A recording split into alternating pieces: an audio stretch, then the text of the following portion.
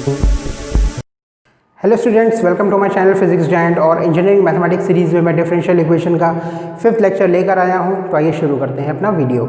Student, आज का जो हमारा टॉपिक है वो है लीनियर इक्वेशन। लीनियर इक्वेशन, इसका एक दूसरा नाम भी है जिसे हम कहेंगे लीबनिज़ लीनियर इक्वेशन।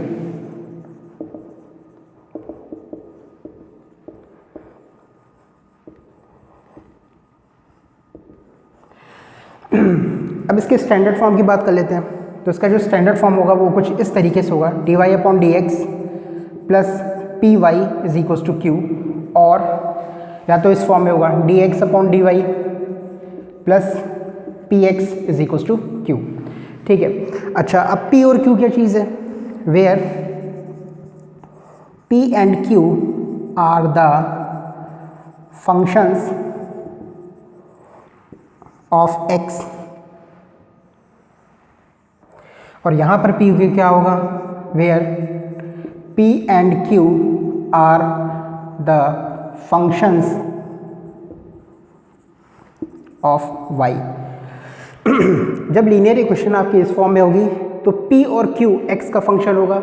जब लीनियर इक्वेशन आपकी इस फॉर्म में होगी तब p और q आपका y का फंक्शन होगा। अब बात यह आती है कि सॉल्व कैसे करेंगे इस डिफरेंशियल इक्वेशन को। अगर आपकी लीनियर इक्वेशन इस फॉर्म में है तो सबसे पहले आप इंटीग्रेटिंग फैक्टर निकाल लीजिए। इंटीग्रेटिंग फैक्टर जिसका शॉर्ट नोटेशन है IF।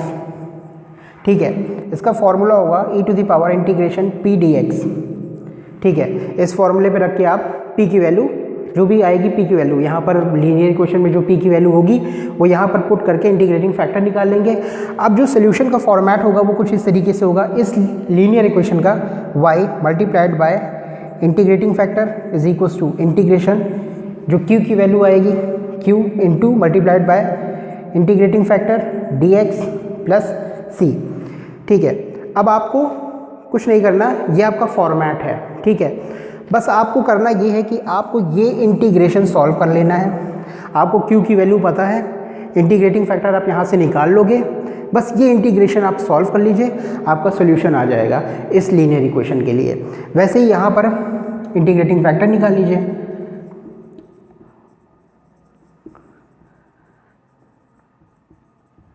अब यहाँ पर फॉर्मूला क्या होगा?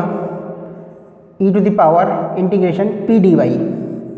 अच्छा, यहाँ पर p जो है x का फंक्शन था इसलिए यहाँ पे dx था। अब यहाँ पर p जो है वो y का फंक्शन है इसलिए यहाँ dy है। ठीक है। तो यहाँ से हम इंटीग्रेटिंग फैक्टर निकाल लेंगे। अब जब लीनियर इक्वेशन आपकी ये होगी तब जो फॉर्मेट होगा सोल्यूशन का वो कुछ इस तरीके से होगा, x multiplied by integrating factor is equals to q integration q multiplied by integrating factor dy plus c। यहाँ पे भी कुछ नहीं करना, q आपको पता है, इंटीग्रेटिंग फैक्टर आपको पता है। बस आप इस फॉर्मेट में जब आ जाएगा सारी वैल्यू पुट करके आप इस इंटीग्रेशन को सॉल्व कर लीजिए, आपका सॉल्यूशन आ जाएगा इस डिफरेंशियल इक्वेशन के लिए या इस लीनियर इक्वेशन के लिए। ठीक है। अच्छा, अब कन्फ्यूजन वहाँ होती है क्योंकि हमें जो क्वेश्चन दिया जाएगा, ठीक है, जो हमें क्वेश्चन दिया जाएगा वो थोड़ा उसको हमें मैनिपुलेट करके या तो इस फॉर्म में लाना पड़ेगा या तो इस फॉर्म में लाना पड़ेगा। कन्फ्यूजन वहाँ अराइज होती है कि हम इस फॉर्म में ले आना पड़ेगा या इस फॉर्म में लाना पड़ेगा। तो पहचानने का सही तरीका ये है कि अगर आपको जो क्वेश्चन में जो इक्वेशन दी गई है, डिफरेंशियल इक्वेशन दी गई है, अगर उसमें x के टर्म्स ज़्यादा हों, जैसे यहाँ पर यहाँ q और p x के टर्म्स थे, 2 टर्म थे और केवल एक y था। ठीक है। तो हमने इसको सेलेक्ट करेंगे, तब हमारा जो डिफरेंशियल इक्वेशन होगा वो कुछ इस फॉर्म में होगा। अगर हमारे उस डिफरेंशियल इक्वेशन जो हमें दिया गया है उसमें y के टर्म्स ज़्यादा होंगे और एक x का टर्म होगा, तब हम इस फॉर्म वाली डिफरेंट लीनियर इक्वेशन में उसको कन्वर्ट करेंगे। ठीक है। तो ये चीज़ है जो जहाँ पर स्टूडेंट्स को कन्फ्यूजन होती है। अब हम क्वेश्चंस की तरफ चलते हैं और तब ये जो कन्फ्यूजन्स हैं ये साथ साथ क्लियर होती जाएंगी। आइए स्टूडेंट देखते हैं इस क्वेश्चन को। अब यहाँ पर हम अगर ये देखें कि अगर हम 1 + x से इस पूरी इक्वेशन को डिवाइड कर दें तो हमें लीनियर इक्वेशन मिल जाएगी, ठीक है, जो कि कुछ इस फॉर्म में होगी, dy upon dx plus p y is equals to q, ठीक है, इस फॉर्म में हो जाएगी अगर हम 1 प्लस एक्स से हर तरफ डिवाइड कर दें। तो देखते हैं, अगर हमने इसको डिवाइड किया 1 प्लस एक्स से हर तरफ, पूरी तरफ, तो हमें मिलेगा dy upon d x minus 1 upon 1 plus x y is equals to e to the power 3x 1 plus x, ठीक है। अब यहाँ p और q क्या है, तो p हो जाएगा माइनस 1 अपॉन 1 प्लस एक्स और q हो जाएगा, q जो हो जाएगा वो हो जाएगा e to the power 3x 1 plus x, ठीक है। अब इंटीग्रेटिंग फैक्टर निकाल लेते हैं, e to the power integration p dx, ठीक है। अब यहाँ पर रख लेते हैं value e to the power minus integration 1 upon 1 plus x dx। इसको थोड़ा सॉल्व करेंगे तो ये आ जाएगा e to the power minus log 1 plus x. जब इसको फर्दर सॉल्व करेंगे तो ये आ जाएगा 1 अपॉन 1 प्लस एक्स। तो हमने अपना इंटीग्रेटिंग फैक्टर कैलकुलेट कर लिया। अब जो हमारा फॉर्मेट था सोल्यूशन का वो कुछ इस तरीके का था, y into integrating factor is equals to integration q multiplied by integrating factor dx plus c। अब वैल्यूज पुट कर देते हैं, तो y multiplied by integrating factor हमारा क्या आया था 1 upon 1 plus x, 1 upon 1 plus x is equals to q कितना था, q हमारा ये था, तो e to the power 3x 1 plus x, integrating factor कितना था 1 upon 1 plus x dx plus c, एक कांस्टेंट। तो आप देख रहे हो कि 1 प्लस एक्स कैंसिल हो रहा है, तो मैं बचेगा y into 1 upon 1 plus x is equals to e to the power 3x upon 3, ठीक है, प्लस c।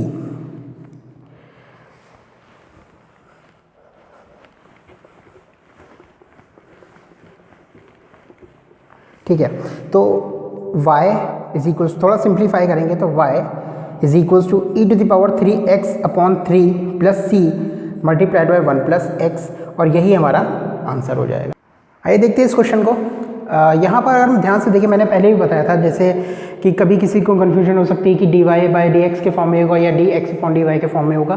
तो सबसे पहले आप क्या चेक कर लो कि x के टर्म्स कितने हैं और y कितना है, ठीक है।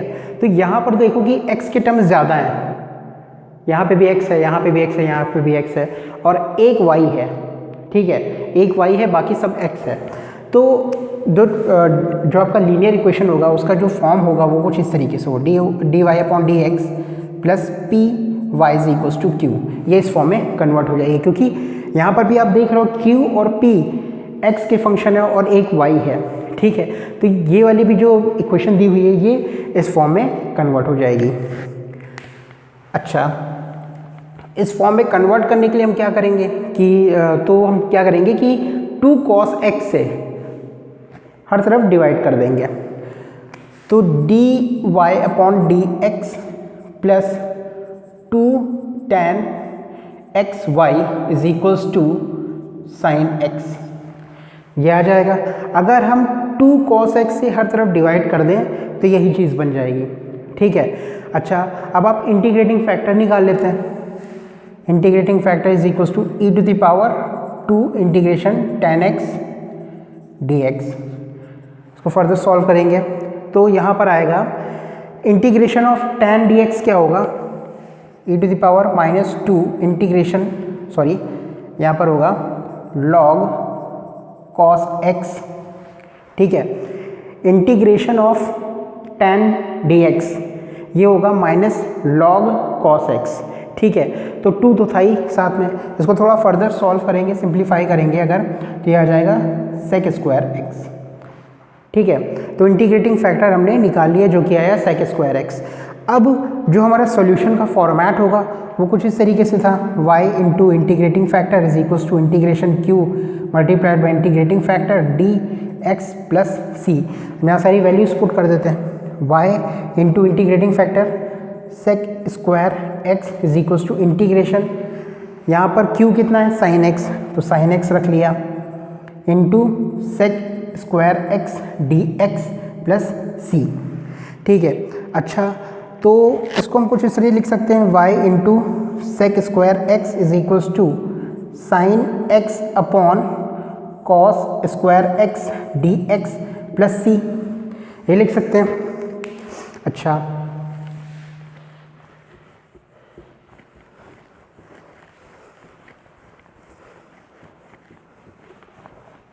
ठीक है, अब यहाँ पे पुट कर देते हैं t is equals to cos x.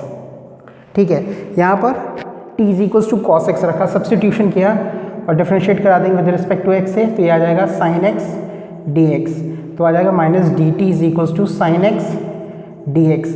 अब इसको थोड़ा यहाँ पे पुट कर देते हैं वही वैल्यू उठाकर, तो y into sec square x is equals to integration minus sine x d x की जगह लिख लेंगे d t over cos square t की जगह लिख लेंगे टी स्क्वायर। ठीक है, प्लस सी। अच्छा, अब इसको थोड़ा सिंप्लीफाई कर लेते हैं। अच्छा, ये आ जाएगा y sec square x is equals to, ये हो जाएगा 1 अपॉन टी प्लस सी। इसको थोड़ा और सिंप्लीफाई करेंगे, y sec square x is equals to, ये हो जाएगा सेक x प्लस सी, ये आ जाएगा। अब यहाँ पे हमें कुछ कंडीशंस दी हुई हैं कि जब y 0 होगा तो x जो है वो π/3 होगा। अगर हम y यहाँ 0 रख देते हैं तो ये टर्म पूरा 0 हो गया। ठीक है, और सेक π/3 क्या होगा, c plus sec π/3 is equals to 0। यहाँ पे हो जाएगा c is equals to minus sec π/3। तो हम जानते हैं कि cos π/3 कितना होता है, cos π/3 यानी cos 60 कितना होता है 1/2, तो sec π/3 कितना हो जाएगा 2 हो जाएगा। तो यहाँ पर c की वैल्यू हो जाएगी -2 और हम पुट कर देंगे वहाँ पर, जो फाइनल सोल्यूशन आ जाएगा y sec square x is equals to sec x -2, और यही हमारा सोल्यूशन हो जाएगा इस गिवन डिफरेंशियल इक्वेशन का। अब इस क्वेश्चन को देखिए यहाँ पर, अब यहाँ पर आप ध्यान से अगर देखें तो यहाँ पर केवल एक x है, बाकी सारे y हैं, सिर्फ एक x है, बाकी सारे टर्म्स y के हैं। ठीक है, तब ये जो फॉर्म हो, जब ये इक्वेशन है जो डिफरेंशियल इक्वेशन में दी हुई है, ये इस फॉर्म में कन्वर्ट हो जाएगी, dx upon dy plus p x is equals to q, जहाँ पर p और q y के फंक्शन होंगे। ठीक है, तो ये वाली जो डिफरेंशियल इक्वेशन है इस लीनियर इक्वेशन में कन्वर्ट हो जाएगी। तो आइए देखते हैं कैसे होगी। अच्छा, ये देखिए, अगर हम इस टर्म को उस तरफ ले जाएं, इस वाले टर्म को उस तरफ ले जाएं, यहाँ आएगा y log y dx is equals to log y minus x dy। ठीक है, ये हो जाएगा, तो dx अपॉन dy कितना हो जाएगा, अब ये आ जाएगा log y minus x upon y log y। ठीक है, अब इस टर्म को थोड़ा सिंप्लीफाई करते हैं तो ये आ जाएगा 1 upon y minus 1 upon y log y x.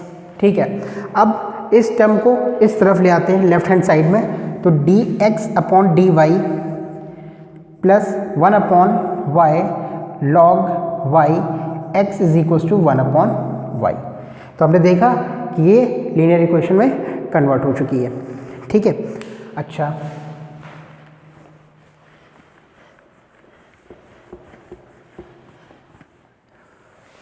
ठीक है, तो हमारा जो लीनियर इक्वेशन आया था वो कुछ इस फॉर्म में आया था, d x upon d y plus 1 upon y log y x is equals to 1 upon Y.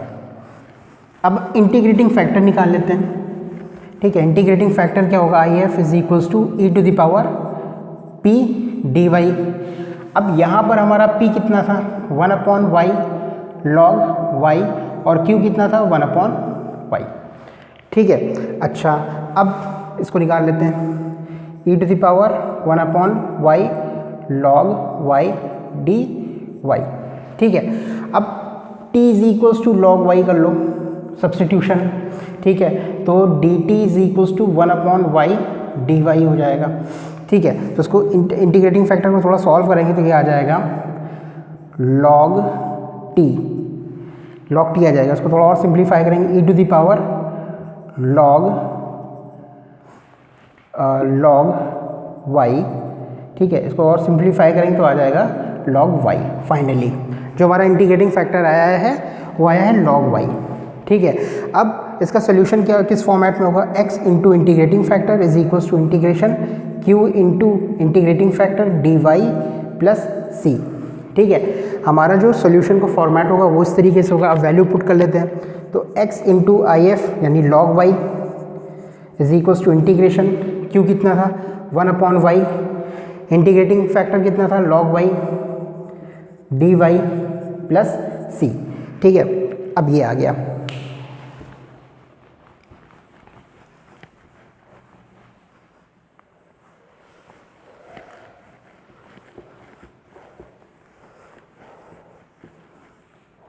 ठीक है, ये हमें मिल गया था। अब इधर थोड़ा सिंप्लीफाई करते हैं, तो अगर हम z को मान लेते हैं, फिर से थोड़ा सब्स्टिट्यूशन करते हैं, z को log y मान लेते हैं, तो dz is equals to 1/y dy, ठीक है। तो ये यहाँ पे अब पुट कर देते हैं वैल्यू, तो x log y is equals to, ठीक है। यहाँ पर अगर आप देखें ध्यान से, तो ये log y था 1/y, ठीक है। तो इस जगह पे आप dz रख लेंगे और यहाँ पर z रख लेंगे, तो यहाँ पे आ जाएगा integration z dz plus c। तो इसको थोड़ा और सिंप्लीफाई करेंगे इस इंटीग्रेशन को, x log y is equals to z square upon 2 plus c।